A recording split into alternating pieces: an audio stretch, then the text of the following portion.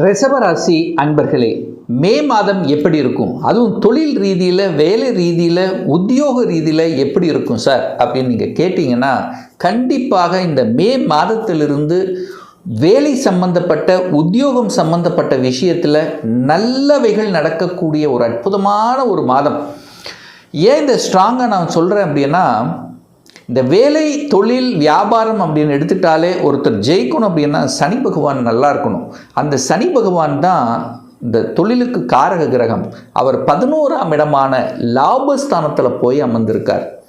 அப்போது தொழில், வேலை, வியாபாரத்தை குறிக்கக்கூடிய அந்த சனி பகவான் 11ஆம் இடமான லாபஸ்தானத்தில் அமர்ந்து கொண்டு அங்கே செவ்வாயோடு சேர்ந்திருக்கு. இந்த சனி செவ்வாய் சேர்ந்தாலே அந்த இடத்துல ஒரு வகையில் ஒரு போராட்டத்தன்மையை கொடுக்கும். ஆனால் அந்த 11ஆம் தேதி, மே 11ஆம் தேதிக்கு அப்புறம் செவ்வாய் பகவான் அங்கே மீனத்திலிருந்து விலகிறார். அப்போ சனி பகவான் மட்டும் அங்கே இருக்கார். ரைட்.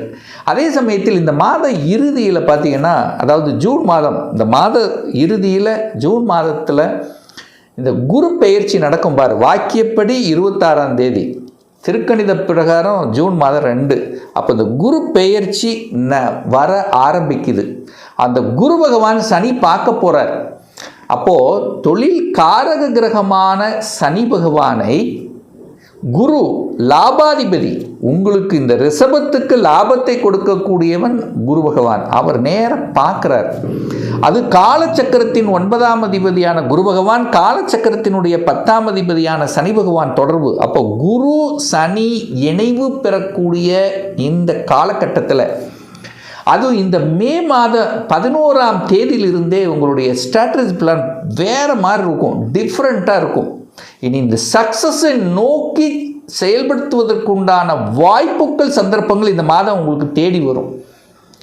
தொழில் இப்போ இருந்தால் கூட அந்த தொழிலில் அடுத்த லெவல், அடுத்த பரிணாமத்துக்கு செல்லக்கூடிய தன்மைகள், அதை செயல்படுத்தக்கூடிய வாய்ப்புகள் உங்களுக்கு தேடி வரக்கூடிய அமைப்பு. அப்போ இந்த மாத தொடக்கத்திலிருந்து உங்களுக்கு உயர்வு தான். இது வரைக்கும் தொழிலே வேண்டான்னு இருந்தவங்க கூட இப்போ தொழிலை என்றியவதற்கான வாய்ப்புகள், சந்தர்ப்பங்களும் உங்களுக்கு தேடி வரப்போகிறது. ஏன்னா சனி பகவான் தான் இந்த ரிஷபத்துக்கு ராஜ யோகத்தை தரக்கூடிய ஒரு கிரகம். சார், ஒரு வருஷமாக சொல்லிட்டு இருக்கீங்க ரிஷபத்துக்கு ஆஹோ ஓஹோன்னு, பட் கன்ஃபார்மாக எழுதி வச்சுக்கோங்க, இந்த ஜூன் மாதத்திலிருந்தே சூப்பராக அடுத்த பரிணாமம், வளர்ச்சி, தனம் எல்லாத்தையும் நீங்கள் பார்க்க போகிறீங்க. புகழ், கௌரவம், புகழ் கொடுக்கல, கௌரவம் கொடுக்கல, அந்தஸ்து கொடுக்கல அப்படின்னு சொல்லிட்டு இருக்கக்கூடிய அத்தனை ரிஷபத்துக்கும் ஒரு அந்தஸ்து, கௌரவம் கண்டிப்பாக எதிர்பார்க்கலாம். சார், வேலையில் இருக்க ப்ரமோஷன் கிடைக்குமா? தாராளமாக இந்த மாத இறுதியில் எதிர்பாருங்க. கண்டிப்பாக ப்ரமோஷன் உண்டு, இடமாற்றம் உண்டு, உங்களுக்கு பிடிச்ச வேலை உண்டு. ஏதோ ஒரு வேலையில் இருக்கேன் சார், ஒரு வேலை மாறும்னு நினைக்கிறேன், இது எனக்கு ஒத்து வரல, ஏதோ இருக்கிற டைம் பீயிங்கில் இருக்கிறேன் அப்படின்னு இருக்கிறவங்க எல்லாம் ஒரு சேஞ்சஸை கொடுத்துரும். ஸோ ஒரு அற்புதமான காலத்தை நோக்கி செயல்படுத்தக்கூடிய தன்மையில் இந்த ரிஷபத்தில் மக்கள் கண்டிப்பாக இருக்கிறீங்க. அதுவும் பாருங்கள், உங்கள் ராசிநாதனான சுக்கிரன் ஆட்சி பலம், ராசிநாதனான சுக்கிரன் ஆட்சி பலத்தோடு உட்கார்ந்துருக்கார். அப்போது ராசிநாதன் வலிமை பெற்றாலே இந்த மாதம் நல்லபடியாக செயல்படக்கூடிய ஒரு மாதமாக உங்களுக்கு அமையப்போகுது. மனம், எண்ணம், செயல், சிந்தனை ஒரு நேரம் இருக்க போகுதுன்னு அர்த்தம். ஒரு சிந்தனை இருக்குது, எதையாவது செயல்படுத்தணும், எதையோ சாதிக்கணும் அப்படிங்கிற அந்த வேகம், விவேகம் கண்டிப்பாக உங்களிடத்தில் ஏற்படுத்தும். பெரிய மனிதர்களின் தொடர்புகள்ங்கிறது நிச்சயமாக இந்த மாதம் உண்டு. நல்ல நண்பர்கள் கிடைக்கக்கூடிய ஒரு நல்ல மாதம். பொருளாதார உயர்வை சந்திக்கக்கூடிய, பொருளாதார ஏற்றத்தை ஏற்படுத்தக்கூடிய, நல்ல ஸ்ட்ராட்டஜி பிளான் வகுக்கக்கூடிய ஒரு மாதம். நல்ல நல்ல தொழிலாளர்கள் கிடைக்கக்கூடிய ஒரு மாதம். தொழில் இருக்கிறீங்கன்னா புதிய ஒப்பந்தங்கள் எதிர்பார்க்கலாம். வித்தியாசமான, டிஃபரண்டான, நீங்கள் எதிர்பாராத ஒரு ஒப்பந்தம் உங்களுக்கு கிடைக்க காத்து கொண்டிருக்கிறது. கணவன் மனைவி 2 பேரும் சேர்ந்து ஏன் நம்ம ஒரு சொந்த தொழிலை ஆரம்பிக்க கூடாதுங்கிற எண்ணம் உங்கள் மனசில் தோன்றி அதை செயல்படுத்துவதற்குண்டான அந்த பேஸ் பிளான் கண்டிப்பாக செயல்படுத்துவீங்க. ஒரே வரியில் சொல்லப்போனால் தொழில், வேலை, வியாபாரத்தில் ஒரு அடுத்த பரிணாமத்துக்கு, அடுத்த நிலைக்கு செல்லக்கூடிய வாய்ப்புகள், சந்தர்ப்பங்கள் இந்த மே மாதம் நிச்சயமாக உங்களுக்கு உருவாக்கும். அடுத்து குழந்தை நலன் எப்படி சார் இருக்க போகுது? குழந்தை பற்றிய ஒரே கவலையாக இருக்குது. எங்கே சேர்த்துறது, என்ன படிக்க வைக்கிறது, இந்த மாதிரியான ஒரு கவலைகள் உங்கள் மனசில் ஓடிக்கொண்டிருக்கிறது அத்தனையும் இந்த மே மாதம் 14ஆம் தேதிக்கு அப்புறம் விலக காத்து கொண்டிருக்கிறது. இந்த சூரியனும் புதனும் 2 பேரும் 14ஆம் தேதி உங்கள் ராசியில் வந்து அமர்ந்து கொண்டு, புதன் புத்திசாலித்தனம் மிக்க அந்த புதன் பகவான் உங்கள் ராசியில் வந்து அமர்ந்து திக்பலத்தோடு வலிமையாக இருக்கக்கூடிய காலகட்டத்தில் நல்ல சிந்தனைகளை கொடுக்கும், தெளிவான புத்தியை கொடுக்கும். இதை இப்படித்தான் பண்ண போகிறோம், இப்படித்தான் படிக்க போகிறோம், இப்படித்தான் செயல்படுத்த போகிறோம் அப்படிங்கிறது ஒரு ஸ்ட்ராங் டிசிஷன் எடுப்பீங்க. குழந்தையை பற்றிய ஒரு ஸ்ட்ராங் டிசிஷனை எடுக்கக்கூடிய ஒரு காலகட்டமாக இந்த மே மாதம் 14ஆம் தேதிக்கு அப்புறம் நிச்சயமாக உங்களுக்கு ஏற்படுத்தும். குழந்தை பாக்கியம் இல்லாத தம்பதிகளுக்கு குழந்தை பாக்கியத்தை கொடுக்கக்கூடிய அமைப்புங்கிறது பிரகாசமாக இருக்கிறது. அதாவது ஏதோ ஒரு ரூபத்தில் உங்களுக்கோ உங்கள் குடும்பத்திலேயோ ஒரு சந்தோஷம் தரக்கூடிய செயல்பாடு இந்த மாதம் இருக்குது. சூப்பராக இது நடந்துருச்சு, ஒரு சந்தோஷமாக இருக்குது, ஹாப்பியாக இருக்குது அப்படின்னு சொல்லிக்கக்கூடிய அளவுக்கு இந்த மாதம் ஏதாவது ஒன்று உங்கள் குடும்பத்தில் நடக்க இருக்குது. ஹெல்த் பிரச்சனையாக இருந்தவர்கள், உடல்நல தொந்தரவு இருக்கிறவங்க, ட்ரீட்மெண்ட்டில் எடுத்துக்கொண்டிருந்தவர்களுக்கெல்லாம் ஒரு பாசிட்டிவ் பதில் கிடைக்கும். அதிலிருந்து வெளிவர போகிறீங்க.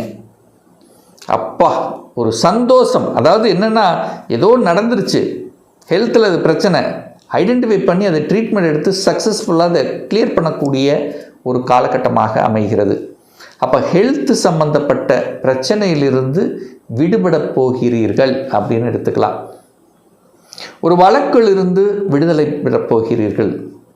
எதிர்ப்பு கொடுத்திருந்தவங்க கூட அந்த எதிர்ப்பாளர்கள் உங்களுக்கு சாதகமாக, அதாவது அந்த எதிர்ப்பு கொடுத்ததுனால தான் நான் உயரப் போகிறேன், அந்த எதிர்ப்பாளர்களின் மூலமாக நல்லவைகளை நீங்கள் எடுத்துக்கொண்டு சாதிக்க போகிறீங்கன்னு அர்த்தம்.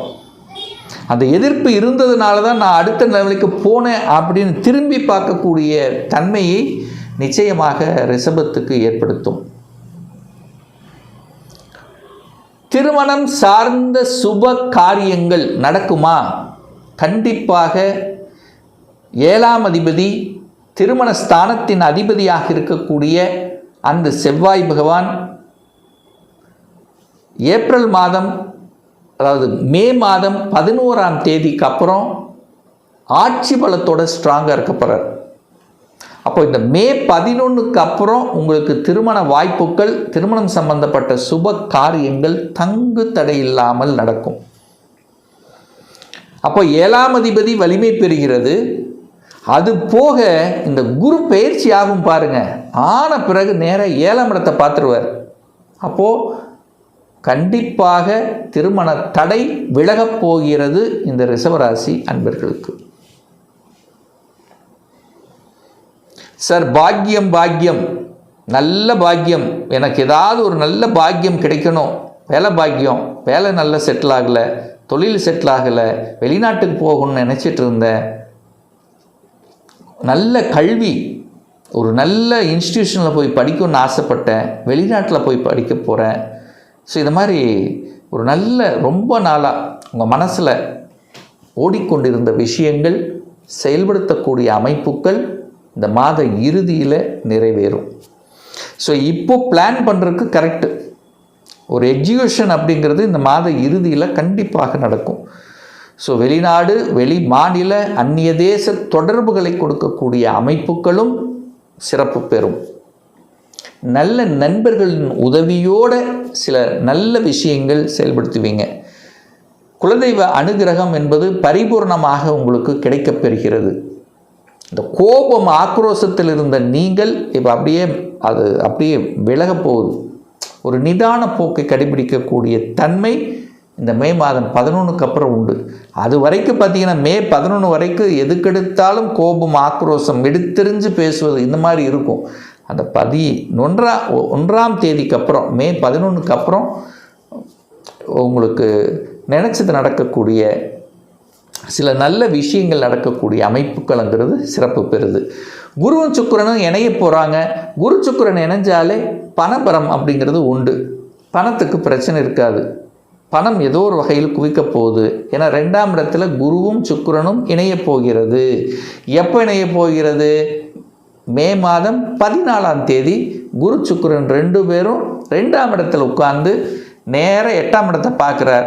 அப்போ 8ஆம் இடம் என்பது ஒரு வலியை தரக்கூடிய விஷயங்கள். பணம் எங்கேயாவது சிக்கி கொண்டிருந்தோன்னா அது உங்கள் கைக்கு வந்து சேரப்போகுதுன்னு அர்த்தம். அப்போது இந்த ரிஷபத்துக்கு இந்த மே மாதம் உயர்வை தரக்கூடிய, பொருளாதார மேன்மை தரக்கூடிய நல்ல விஷயங்கள், சுப விஷயங்களை கொடுக்கக்கூடிய, மனதுக்கு பிடித்த விஷயங்கள் செயல்படுத்தக்கூடிய, வீடு வண்டி வாகனங்கள் அமைக்கக்கூடிய ஒரு நல்ல மாதமாக அமையும்.